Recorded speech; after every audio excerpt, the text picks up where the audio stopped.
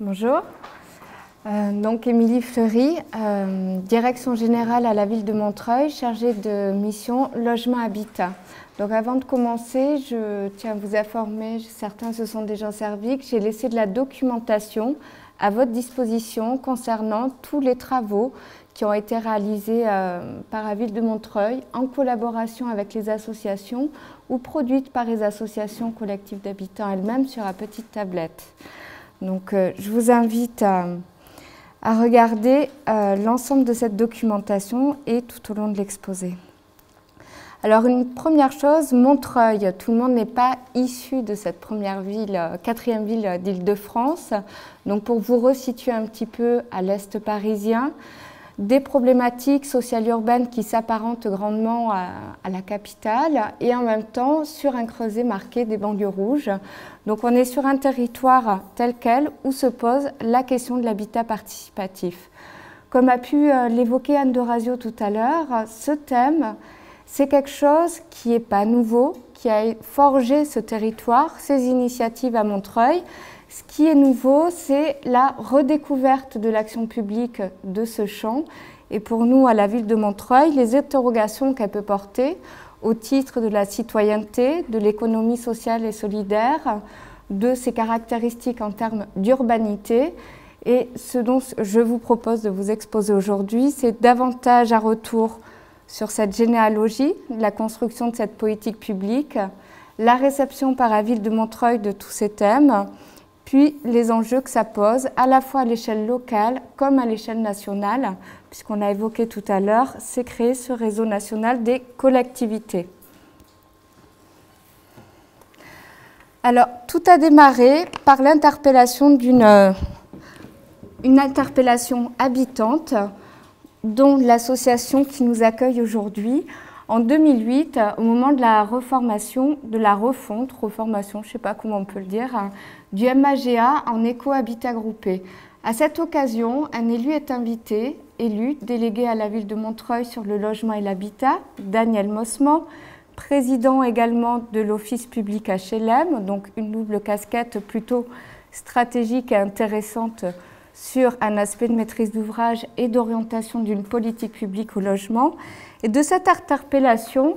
va s'organiser l'année suivante un forum national de l'habitat groupé en partenariat avec la ville de Montreuil à l'hôtel de ville. Donc on va évoquer ensemble les thématiques associatives, les enjeux, préoccupations d'une ville. Nous sommes alors à l'ébauche de la création d'un nouveau quartier urbain, les Hauts de Montreuil, et comment ce dialogue peut se mettre en place entre des préoccupations sociales et urbaines et l'insertion de l'habitat participatif dans cet écozac. Donc,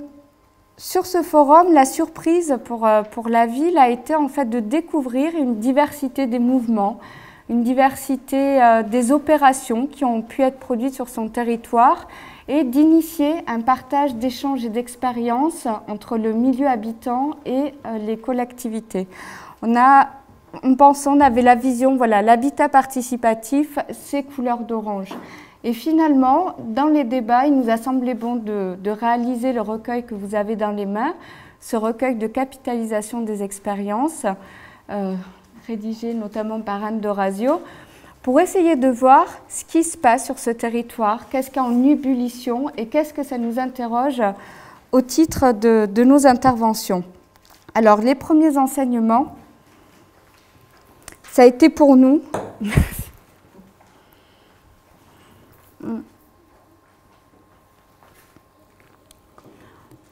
Ça a été pour nous donc d'appuyer le développement des réseaux. On s'est aperçu, notamment au moment du forum et de cette grande rencontre, que personne ne se connaissait ou ne se reconnaissait véritablement. Donc le rôle de la ville a été d'être un appui à cette mise en relation, notamment puisque au quotidien, elle est sollicitée soit par des groupes habitants, soit par des professionnels pour monter des projets d'habitat participatif. À travers donc ces rencontres, ce recueil capitalisation d'expérience qui a été réalisé sur la participation de chacun des groupes projets à ces fiches projets, de sorte à ce que des expériences du passé puissent aussi être redécouvertes sur un temps présent, puissent être évoquées et qu'ensemble, chacun des groupes projets puisse aussi commencer à se parler, échanger et se reconnaître aussi dans une diversité des mouvements. Alors, je vous propose quelques exemples qui illustrent assez, alors ils sont dans le désordre, mais qui vont illustrer quelque peu les différentes formes, que ce soit d'autopromotion, que ce soit d'autopromotion ou plutôt d'initiative habitante en mobilisant une compétence tierce, que ce soit également par la réquisition citoyenne. Donc la couleur d'orange, Jean-Paul Lefebvre vous expliquera davantage cette opération tout à l'heure. Juste à côté, l'opération Diwan, qui a notamment été publicitée d'un point de vue aussi architectural, qui se trouve place de la Fraternité. Une réquisition citoyenne, donc qui n'est plus à visiter à présent puisqu'elle a été expulsée, La Pomme, qui là revendique un droit à loger autrement, ce qui est assez intéressant un petit peu sur le champ d'action de cet habitat, puisque si on couvre un large panel, on se retrouve de la propriété privée jusqu'à la question que porte l'habitat participatif au regard de la propriété privée et là ici de la réquisition. Et ce sont des populations dont on n'a pas l'habitude de voir sur ce champ d'intervention, puisque là ce sont des travailleurs plutôt précaires avec ou sans papier. Donc cette expérience-là que vous allez retrouver dans le recueil, la ville de Montreuil était intéressée à la reconduire, cette fois-ci en soutenant davantage et politiquement ses moyens de son installation au titre de la réquisition. Bon, l'action n'a pas pu se faire, les demandes ont été déboutées devant le préfet. Une dernière opération qui illustre aussi tout ce témoignage historique à Montreuil, c'est celle du bailleur au PHM, l'opération dite Le Lua, que vous retrouverez là aussi dans le bas Montreuil, Solidarité Carnot, qui a pu bénéficier d'une opération faite sur mesure à la demande de personnes qui n'avaient pas le capital économique d'investissement pour pouvoir finalement définir à leur image, à leur collectif, un habitat social qui relève du parc locatif. Donc cet habitat vit encore, il existe. Évidemment que depuis toute la période qu'il a traversée, là quand même, comment dire, érodé quelque peu sur son fonctionnement, puisque les contraintes de la crise du logement, les contraintes de l'attribution font que cette opération innovante change un petit peu de nature, puisque progressivement, elle ne peut pas fonctionner en tant que telle sur une question de cooptation dans le logement social. En revanche, les enseignements de ce recueil d'expériences vont permettre à l'OPHM, notamment pour le LUA, de redécouvrir ou de se rappeler que ces opérations, finalement, apportent des notions sur les valeurs d'usage, de gestion patrimoniale sur le long terme. À l'heure où on a des grands ensembles, des ensembles qui périclitent, qui sont en difficulté en termes du vivre ensemble, les valeurs de l'habitat participatif vont pouvoir témoigner d'une autre volonté de produire du logement social à Montreuil. Et vous verrez que ces enseignements marquent très fortement aujourd'hui les politiques qui sont menées actuellement en termes de production de logements pour notre bailleur et pour la ville. Excusez-moi. On retrouve aussi dans des aspects qui ont été réalisés donc, davantage par les groupes projets, les habitants qui ont mené tous ces projets d'habitat participatif, la plus-value pour une ville de se ressaisir de l'enjeu d'urbanité que procurent ces opérations. Par l'étude qui a été menée, on se rend compte qu'elle présente une forte densité résidentielle, essentiellement parce que la plupart, alors ici c'est vrai qu'on a beaucoup d'espace, c'est assez étalé, mais la plupart ont quand même une conception qui intègre donc, dans la sociabilité du bâti des espaces collectifs, des usages partagés, et plus ces opérations sont compactes, et plus finalement vous retrouvez avec une densité résidentielle qui est forte. On a aussi la mixité fonctionnelle. Bien souvent, les opérations de mixité fonctionnelle se traduisent par une mise à l'étage, les commerces au rez-de-chaussée, les habitations au-dessus. Les prochaines opérations en cours sur notre territoire et qui puisent aussi leurs fondamentaux à partir des expériences faites, c'est que cette mixité fonctionnelle, on peut la pousser dans un registre des villes du Grenelle, des villes post-carbone, jusqu'à se dire pourquoi pas aussi créer une activité économique au sein de ces bâtis ou créer des emplois pour les occupants, de réduire de la sorte les déplacements pour les occupants. Ce sont les préoccupations qui nous animent actuellement pour l'écozac Boissière-Acacia et le prochain projet d'habitat participatif, le Praxinoscope. Et un dernier enjeu donc, qui a été révélé par cette étude, c'est la conception moins énergivore. Alors, celle qui est induite par la performance thermique et urbaine des bâtis, bon là on est dans la réglementation, mais également sur la question de la mutualisation des coûts. Anne Dorazio vous en a parlé tout à l'heure, celle des circuits courts, mais celle aussi de la gestion des coûts au quotidien, dans le fonctionnement, sur la question des usages et du fait aussi d'anticiper les modes de gestion et de fonctionnement. Bien souvent, il y a des opérations n'ayant pas anticipé ces modes de fonctionnement, se retrouvent avec des coûts exorbitants sur un entretien quotidien ou sur des prestations de services externes.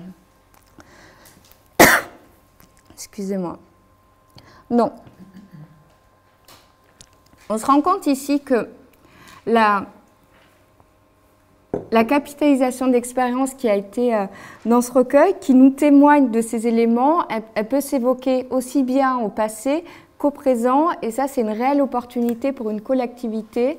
en première couronne d'Île-de-France de repenser son aménagement dans une pression foncière, dans des enjeux qui sont comment maintenir une mixité sociale, comment répondre à la transition énergétique et comment faire de cette ville une ville qui soit compacte et solidaire et certainement pas dans l'étalement urbain. Alors, cette mobilisation en tant que telle et sur les enjeux qu'on a pu voir se traduit en 2010, au moment des Journées nationales de Strasbourg, par le rassemblement des collectivités, des acteurs associatifs autour des Journées nationales de l'habitat participatif. À cette occasion, les collectivités qui ont fait le déplacement vont pouvoir se retrouver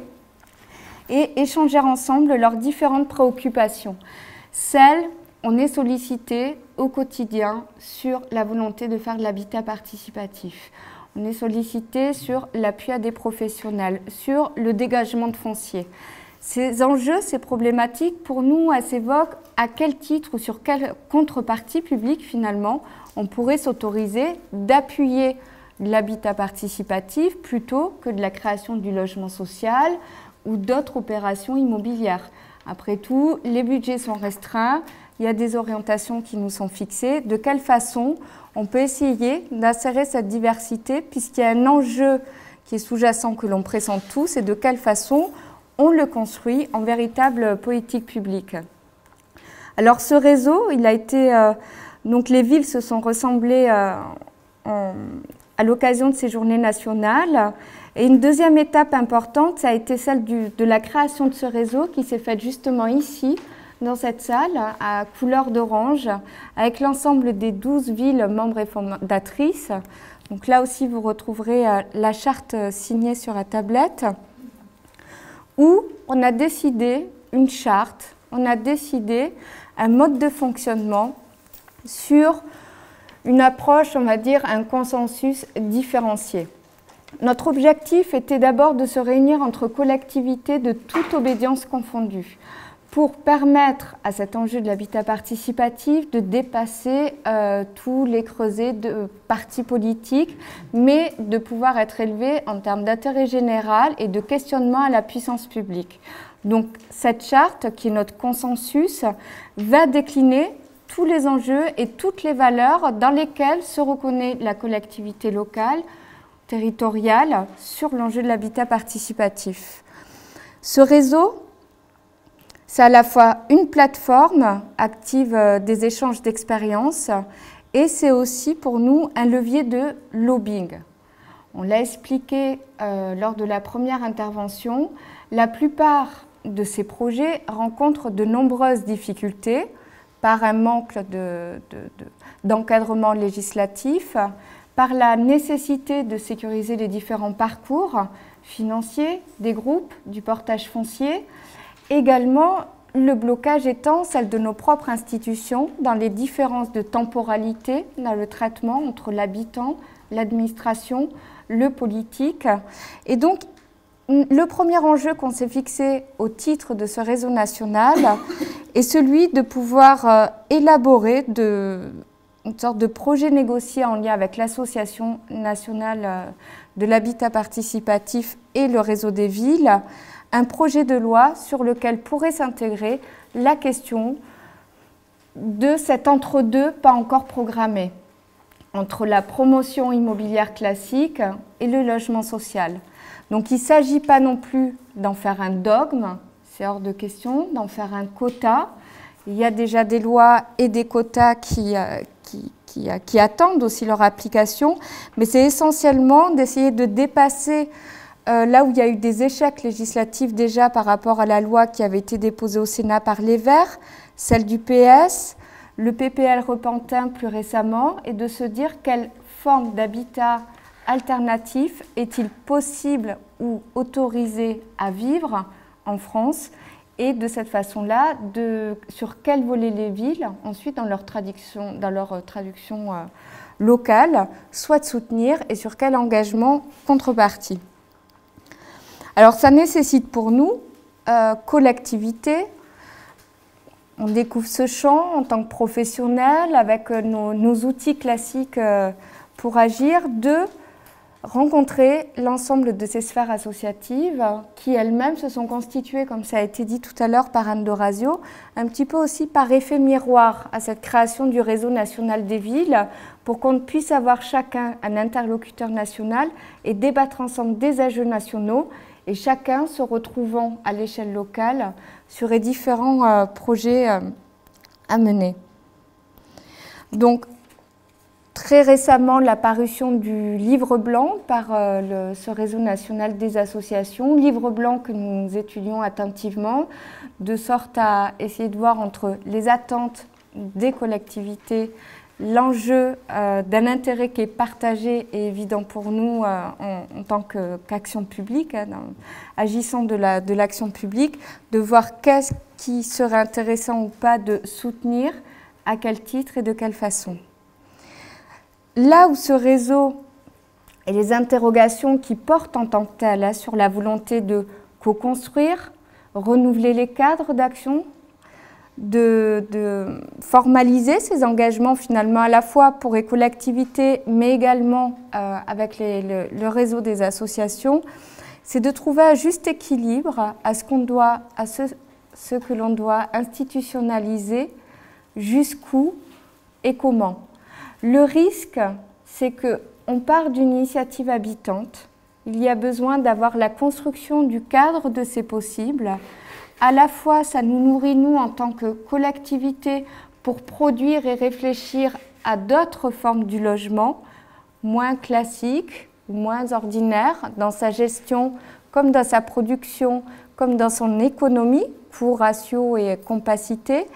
Et en même temps, là où on doit trouver cet équilibre, c'est jusqu'où tout doit être cadré. Donc, le réseau des villes en est conscient, en est vigilant, et les associations, de leur côté, doivent aussi essayer d'être un peu sur ce garde-fou, puisqu'auquel cas, on reviendrait à refaire un produit type ou stéréotypé de qu'est-ce que le vivre ensemble ou le mieux vivre ensemble. Donc, on en est vraiment à ce tournant-là qui définira pour nous,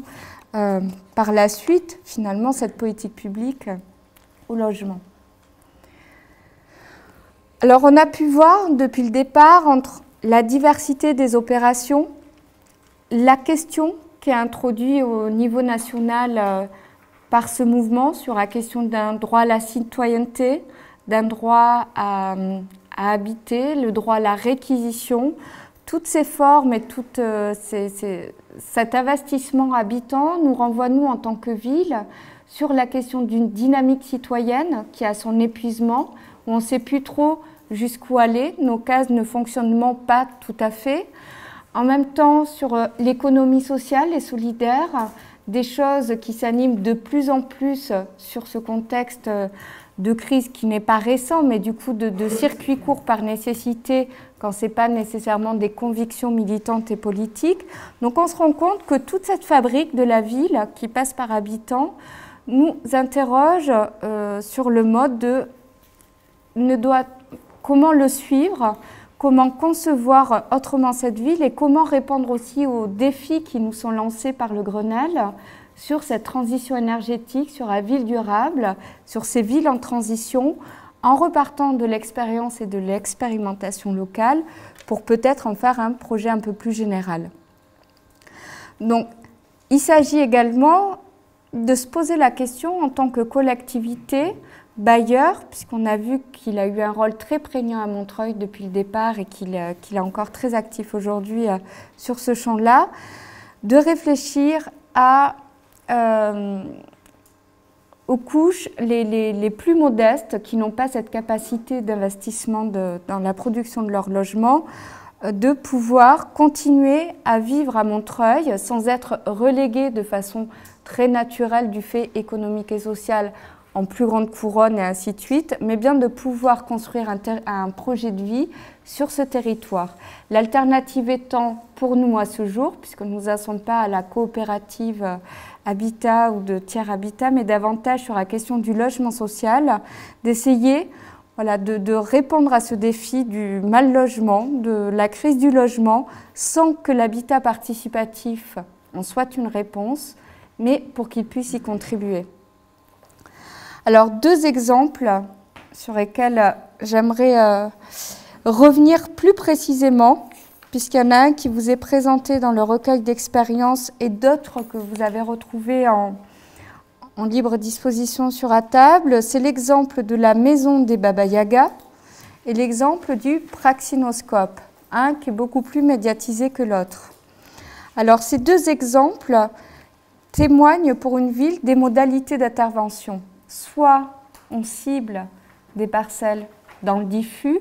ce que l'on peut nommer de façon moins poétique le ciblage sur les dents creuses, un foncier que promoteurs, villes ne sachant pas valoriser, ou un foncier qui va être réservé dans le cadre d'opérations programmées, donc les Hauts-de-Montreuil, le nouveau quartier urbain à Montreuil, ou bien dans des opérations plus restreintes, ZAC, ou PRUS, qui signifie projet de rénovation urbain et social au grand péché. Donc il s'agit là de vous montrer deux expériences. Le premier, donc les Baba Yaga. Les Baba Yaga, on va dire premier croquis de Thérèse Claire en 97, un appel des sans-culottes, des tricoteuses et des pétroleuses qui amène toutes ces femmes à se retrouver sur un engagement politique, militant, féministe, pour dire ensemble, on veut vieillir autrement dans la ville, et vieillir n'est pas une pathologie. Et tout ce discours, toute cette militance qui va se construire sur 15 années, ce qui est très long en tant que tel, on l'a évoqué tout à l'heure sur le temps des projets, qui était un risque, c'est celui qui va permettre aussi l'acculturation des politiques publiques à se ressaisir de cet enjeu du vieillissement, d'inventer de nouvelles cases pour que cette opération puisse voir le jour. Donc aujourd'hui, ce projet doit sortir de terre aux alentours d'octobre 2012. Il comprend une vingtaine de logements, espaces partagés, un spa pour... comme lieu social et d'intégration. Et sa vocation est d'accueillir une université du savoir des vieux et de se faire un petit peu pôle d'échange de ressources, des initiatives habitantes en lien avec l'habitat, le vieillissement et également tout ce que Thérèse Claire appelle les semeuses du futur, tout ce qui va être sur le thème de la créativité de ces créatrices féministes. Ça, c'est leur projet. L'investissement de la ville a été de se dire qu'effectivement, la question du vieillissement, ce projet sociétal, est quelque chose sur lequel on est de plus en plus confronté. En France, on n'a pas mis au diapason toutes nos prospectives en termes de vieillissement de la population et comment permettre à chacun, finalement, de trouver, comme l'ont formulé les Baba Yaga, une alternative à la maison de retraite ou au foyer logement et de pouvoir vivre activement sur le territoire de la commune. Alors on se rend compte qu'en Europe du Nord, la prise de conscience du vieillissement dans l'habitat a été vraiment... l'impact a été déjà démontré qu'il y avait un coût pour la ville, pour la société, mais un coût, on va dire, positif en termes sociétal, et sur la mutualisation finalement de tous les services que les femmes ou les personnes âgées rassemblent, mais c'est aussi une qualité du vieillir pour autonomie de la personne. En France, cette action publique, elle est encore assez frileuse, elle est de l'initiative habitante, mais l'aspect encore sanitaire tourne encore autour de la dépendance. Donc on se retrouve sur un projet qui est monté non pas par un secteur sanitaire et social autour des questions du vieillissement, mais par une ville avec un bailleur qui a répondu à une commande, à une initiative habitante. Donc il nous reste encore à faire tout ce rapprochement des différents secteurs pour réfléchir à quel autre type d'habitat partagé, d'habitat participatif pour le vieillissement de ces personnes. Un deuxième exemple, c'est celui du praxinoscope. C'est un projet qui est situé, qui est repéré au titre de parcelle dans les Hauts de Montreuil. C'est un projet, là aussi, piloté en qualité de maître d'ouvrage par l'OPHM, en lien avec un collectif habitant qui intégrera directement ces lieux, donc des personnes qui sont déjà pré-ciblées, sur lesquelles on s'est enrichi d'une expérience sur l'attribution du logement, comment travailler entre les critères de vie et les critères administratifs, et qui, là, n'est encore à une étape de fonctionnement sur des animations de maîtrise d'usage pour permettre à chacun, finalement, des futurs occupants du logement social d'être ou de revêtir cet habit, comme le disait Anne Dorazio tout à l'heure, de quasi-maître d'ouvrage pour cet habitat. Alors là, on a un groupe qui est composé de 11 foyers avec des profils sociaux diversifiés. L'ambition, elle est essentiellement, ou la qualité ou la spécificité de cette opération dans du logement social, c'est effectivement de dépasser des contraintes budgétaires au regard des salles collectives, des espaces communs qui vont être travaillés, et de dépasser également la contrainte de vie et de gestion, puisque l'ensemble de ces appartements prévoit de pouvoir évoluer en fonction de la vie de ses occupants, donc d'avoir une pièce supplémentaire ou de moins en fonction de l'évolution du bâti, des personnes qui l'occupent. Et toutes ces contraintes amènent à un bricolage, y compris pour l'administration, financier et juridique, qui est assez complexe. Donc d'où le temps qui est passé actuellement à essayer de faire en sorte qu'elle puisse un petit peu sortir de terre. Donc la particularité donc, de cette opération sur la question à la fois de l'espace, qu'est-ce que le vivre ensemble, qu'est-ce que cette nouvelle figure du logement social pour nous en tant que ville et pour le bailleur OPHM, c'est aussi tous les enjeux de gouvernance qui se posent. On se retrouve dans un projet qui va être complexifié du fait que les habitants deviennent quasi co-maîtres d'ouvrage, un maître d'œuvre, architecte, qui est accoucheur finalement d'une conception de partage d'un lieu de vie. Et donc, on voit que tout ce jeu d'acteurs est à redéfinir, où finalement ceux qui sont professionnels, experts, ne sont plus nécessairement les seuls sachants. Les habitants sont sachants et on monte un projet où tout ce jeu d'acteurs se re-questionne en permanence et chacun devant essayer de trouver la place un petit peu pour faire ce projet négocié ou ce mariage forcé, et ça de façon générale sur l'ensemble de ces projets. Alors, des pratiques professionnelles qui sont requestionnées, une commande publique qui se voit revisitée. On n'est plus uniquement sur un fléchage, sur une commande assez simple, maître d'ouvrage, maître d'œuvre ou quelque chose de descendant. À Montreuil, on est sur un profil initiative habitante, soit en autopromotion, comme ici, soit avec la mobilisation d'un tiers. Et ça, sur le fait d'une commande publique comme l'animation d'un jeu d'acteurs, il y a beaucoup de choses qui doivent se poursuivre tout en marchant pour essayer de définir quelque chose de plus équitable ou soutenable à chacun. En résumé, pour conclure,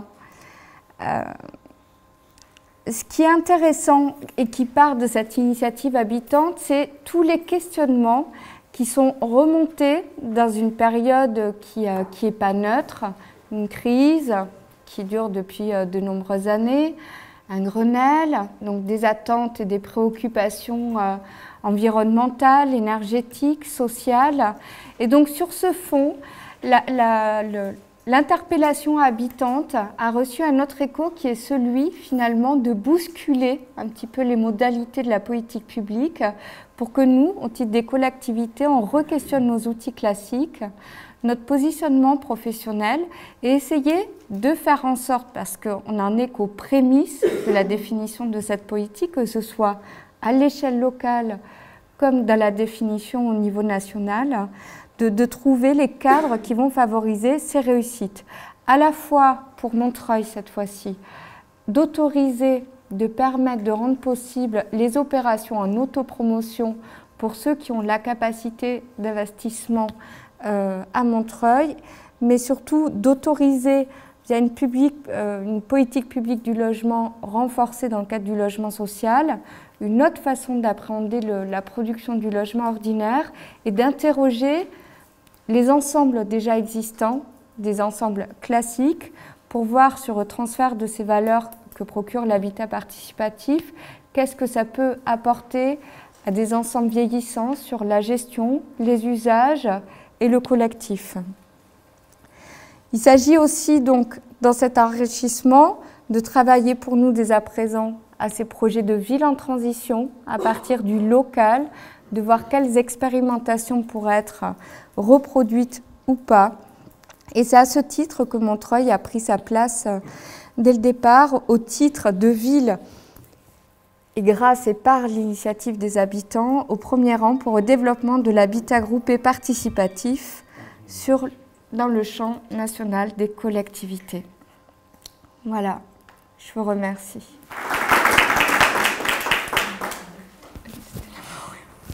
Ce que je retiens d'important dans ce que tu as dit, c'est effectivement une meilleure réponse aux attentes habitantes, qui jusqu'à maintenant sont standardisées, on va dire, et puis ces opérations qui peuvent être clairement en requalification de certains secteurs. Par exemple, le couleur d'orange, c'est effectivement mis il y a 25 ans ou 30 ans dans un secteur en déprise, et ça peut être des poches de ferment, de nouvelles choses et de requalification. Et je pense que dans beaucoup de communes où on se pose la question de requalification de certains quartiers, ça peut être effectivement des éléments de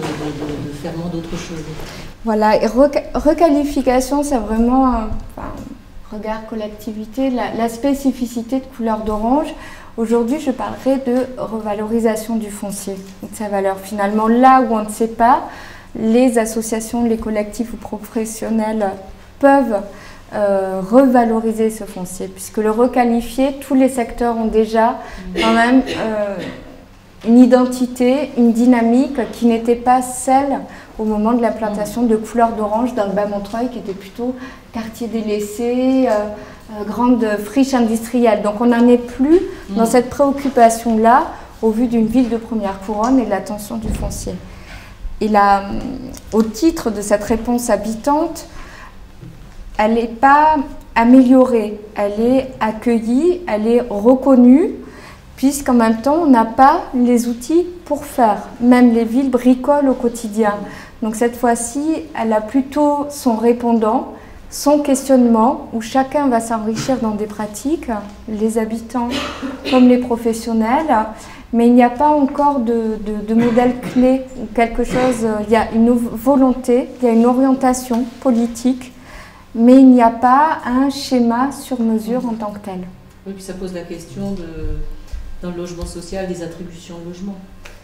Pour que ces groupes soient pérennisés dans le temps, il faudrait qu'il y ait une sorte de forme de cooptation qui soit possible. Dans le logement social, pour l'instant, c'est une chose qui n'est pas possible. C'est ce qu'on retrouve sur les revendications des anciennes opérations, notamment des cohabitats groupés, sur cet essoufflement dans le logement social pris dans les contraintes d'un DALO,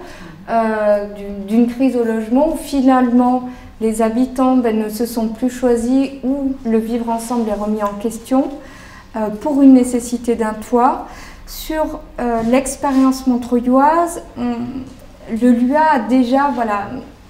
il a été abîmé, cette expérience a été abîmée par cette nécessité, le temps de retrouver finalement toute cette mémoire administrative qu'avait fait le caractère innovant de l'opération.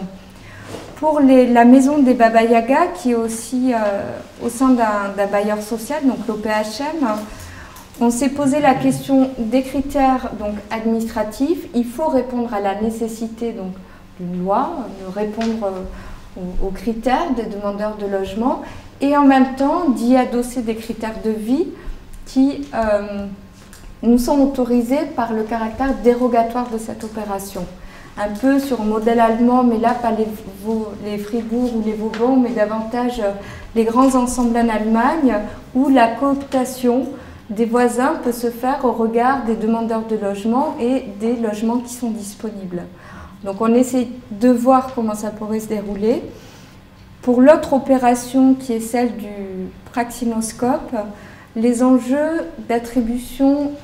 chacun rentre dans les règles. Le bailleur a besoin aussi de savoir qu'il va avoir une gestion durable, de pouvoir expérimenter une diversification de son offre. Donc il est aussi gagnant dans cette forme de cooptation et cette fois-ci collective dès l'entrée dans les lieux.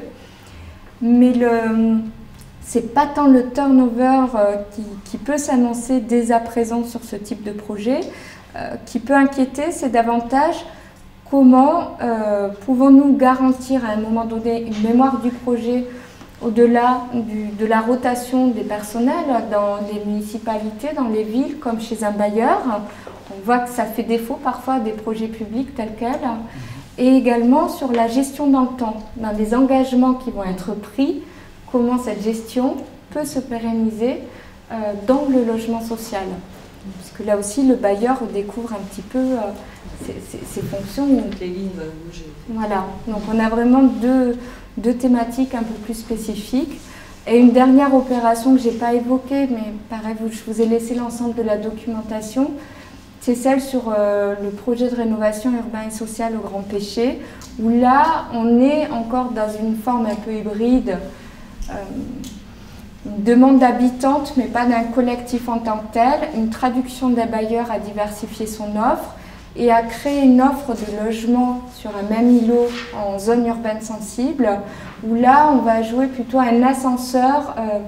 intra-quartier, infra-quartier, une opportunité immobilière, mais sur la question de la décohabitation, du desserrement un petit peu des logements, et pour les personnes qui sont attachées à rester vivre à leur quartier. Donc là, on est entre le haut et le bas, entre un diagnostic social et une demande habitante, pas clairement identifiée, et un bailleur qui va jouer le jeu de produire cette offre et de solliciter les habitants à se constituer pour y venir. Moi, j'ai une petite remarque. Ce que je trouve très intéressant, c'est l'attention très active de la collectivité locale vis-à-vis d'initiatives émergentes ou d'initiatives d'habitants. Je trouve ça intéressant sur le plan de la participation et de la démocratie citoyenne finalement. Nous, on a commencé à réfléchir sur ces questions-là avant d'organiser ce cycle de visites, suite à une réflexion sur la concertation et sur la participation. Et en fait, au lieu de travailler directement sur la concertation et sur la participation appliquée à des PLU ou appliquée à des opérations urbaines, on s'est dit, il ne faut pas procéder comme ça. Allons voir ce qui se passe sur le terrain. Et ces initiatives-là qui répondent précisément à des besoins, comment sont-elles reprises ou non par des collectivités locales, etc. Et ça, il me semble que c'est très important d'être dans un processus ascendant qui soit entendu, parce qu'effectivement, il y a non seulement de la reconnaissance de ce qui se passe sur le terrain, mais il y a aussi la compréhension de besoins nouveaux et de solutions nouvelles qui ne peuvent pas émerger autrement. Et ça me semble un aspect très important dans l'articulation politique publique et initiative habitante. Là-dessus, moi je peux rajouter, parce que je ne sais pas si Émilie, au titre de la ville, pourra le dire comme ça, mais je veux dire, et pour sortir un petit peu du prisme montreuillois, c'est que ce qu'on constate à l'échelon national, c'est que l'endroit où ces questions réémergent 30 ans plus tard, c'est quand même c'est pas n'importe où, dans les territoires urbains. C'est-à-dire on est sur Montreuil, on est sur Rennes Métropole, on est sur le Grand Lyon, sur Strasbourg, qui sont des lieux qui, structurellement, de certaine manière, sont cultivés par ces questions de la coopération. Alors soit plus dans les temps des 30 dernières années sur des alternatives et sur la question de la mobilisation habitante dans les programmes et de ce qui a constitué la démocratie locale. Je veux dire, à Montreuil, les conseils de quartier sont nés 10 ans avant la loi Vaillant. Donc on est bien dans des champs d'expérimentation, et donc ces questions-là prennent place